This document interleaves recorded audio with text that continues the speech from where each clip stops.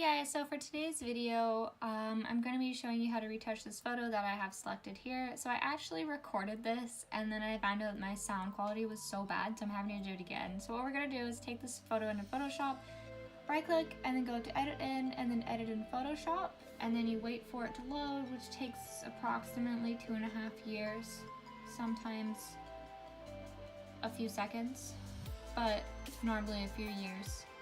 And so I'm just going to be doing the retouching really quick, so I'm going to use one of my actions. I'll show you guys how to make these in another video, and then after I'm done with the retouching, I'll show you how we're going to color grade this image. So I'll do that real quick.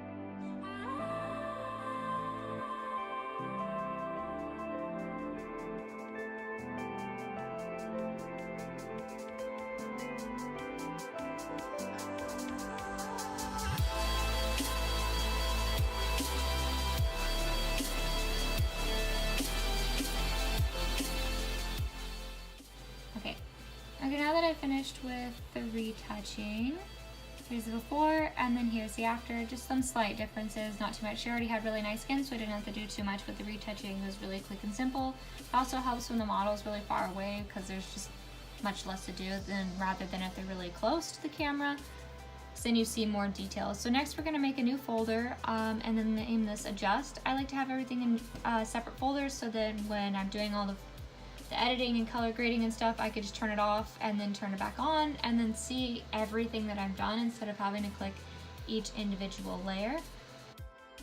And then so first we're going to go up to a curves layer and we're just going to bump the exposure up to slightly because I've been doing this set a little bit like higher exposed, and I'm just going to name this Expo. I like to name all my layers just so it's really easy for me to go back through and know exactly which one's next. Next we're going to do another curves layer and then put this one on luminosity. You're going to put a dot right in the middle and then one about halfway from there to the top and bring that up just a little bit, then bring the whites down a tiny bit too. See, this just adds a ton of contrast. I'm not really sure exactly why. To me it reminds me a little bit of the clarity slider in Lightroom. What you can do is you can go down and do the same thing with the shadows and make them darker or make them lighter.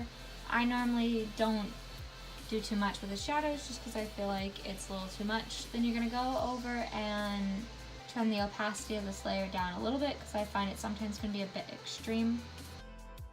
Turning on and off the whole folder what it looked like before. Next you're going to go over and do a selective color.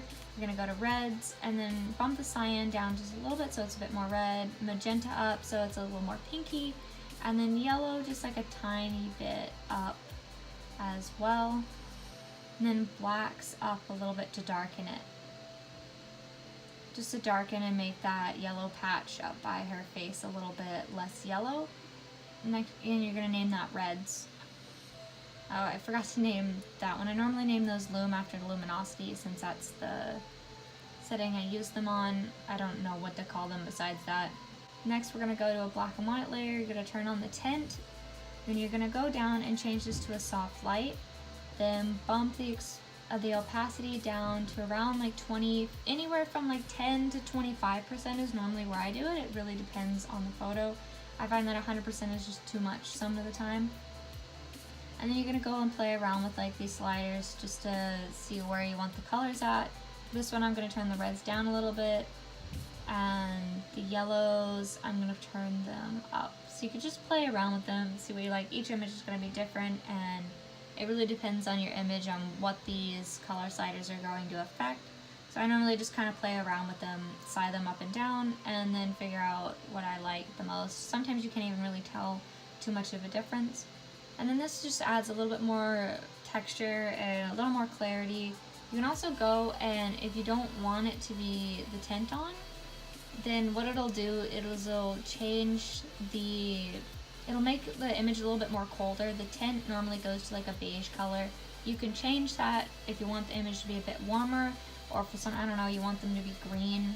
You you want like a green tint. I actually really like this kind of orange right here, so I'm gonna make it a little darker and a little bit more warm tones. And you can see the difference here. Next we're gonna do another selected color. And we're gonna do blues just to change up the denim. We're gonna add a little bit of cyan, and we're gonna take some blacks down just to lighten the blue up just a little bit. And bump the magenta up just to add a little bit more purple back, and then name the layer blues so you know which one it is. Next we're gonna go to color balance, and I'm gonna go to shadows. I'm gonna turn a little bit of red and a little bit of blue. I normally do these two together because I find that they balance each other out very well in the shadows. Next we'll go to highlights, and I don't know if you want her to be pink or green, you could definitely do that, but I don't know why I did this. I think I'm gonna put it back to normal. And then I'm gonna do just a little bit warmer highlights, and then I normally name that, I don't know, I always change when I name the color balance. Sometimes I just name it CV for color balance, sometimes I'll name it like, for this time I named it blue red shadows, just so I know exactly what's like going on. That makes sense to me, but it probably doesn't make sense to you, so name things however, whatever makes sense to you, name them that way. Next we're gonna do a hue and saturation. We're gonna go to reds and then just bump the saturation up a little bit. You don't want to go like too crazy because that's like a little insane. Just to bump it up just a little bit more, and then name that reds plus sat so that you know it's adding saturation, at least so I know that it's adding saturation. I have to know it's adding saturation. And then yes, to see how easy it is to just turn on and off everything, to see like what you've done. It's kind of like hitting the backslash in Lightroom just to see like before and after. And then I'm gonna add another curves layer. I just want the blacks to be a little bit more gray, kind of give it like a little hipster travel influencer vibe here. Yeah, I always hit back, I always turn it on and off to make sure that I like the layer. Yeah, to make sure that I like the effect of the layer. I do it so often that, I don't know, I'm super indecisive. I have to love it or it's gone. It's out of my life. I turn the opacity on that just so it's not so intense. It's so much easier to just turn the opacity down on a layer to get it to the right level than it is to just try and finesse like especially in the curves layer, to try and finesse it to make it perfect. So much easier just to turn the opacity down or to duplicate the layer and then turn that opacity down if you just want it to be like a little bit more. I find that so much easier than trying to get the layer perfect. It just saves me a little bit of time. Next we're going to go and kind of fix the pink on her foot. And what you're going to do is you're going to go to a hue and saturation layer. You're going to turn it to where her skin, like her foot looks a bit yellow. And then I name this foot CC for color correction. You're going to click on the mask and then you're going to hit Command Delete or Alt Delete. It depends on what your brush is at. If your brush is on white, you're going to hit Command Delete. If it's on black, you're going to hit Alt Delete.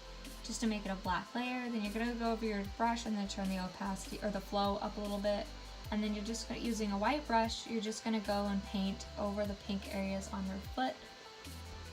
And then I know her foot's like a little too yellow here, so after I'm done painting her foot yellow, make it look like she has like a fungal infection almost, I'm going to go and get rid of a little bit of it with a black brush and then go and change the layer to make it just a little bit less yellow.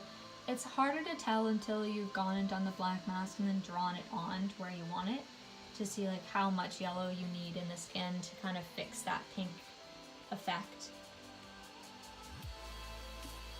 And so yeah, we're just going to look at before and after, making sure that I actually like what I've done, which I do. Yeah, so I find that using that black and white layer and then the luminosity layer, it adds so much more depth and just contrast to the image without actually doing contrast. It's almost like using sharpening and contrast at the same time. Like, it really just reminds me of the clarity slider in Lightroom. So that's everything I've done, and I normally just close the tab of the folder and then just flip it on and off quite a few times to make sure that I actually like what I've done. So many times when I'm doing photos, I will get done with it and then be like, I don't know if I like this. So what I'll do is I'll turn that adjustment layer off and then make a whole nother adjustment file and then go and re-edit the image and then kind of just flip back and forth between the two to make sure I like what I've done. But not today. We did it in the first try. Woo! And so that's it for this video, guys. I really hope you enjoyed, and I hope you learned a little bit about how I edit photos, and maybe this gave you some ideas or inspiration on how you can edit your next photo. I'd love to hear any tips or tricks you guys use in Photoshop down in the comments, or if you think I could have done this differently, just any of your opinions I would really love to hear. And yeah, make sure you hit like and subscribe to my channel if you want to see any more videos like this. I'm trying to post more regularly. I'm getting there. I know I'm being really bad about it, but I'm trying. I need to wake up earlier in the day. That's really what it comes down to, is I just need to actually get out of bed before 9 o'clock. I hope you guys enjoyed, and yeah, that's it for this video. Thanks for watching, guys.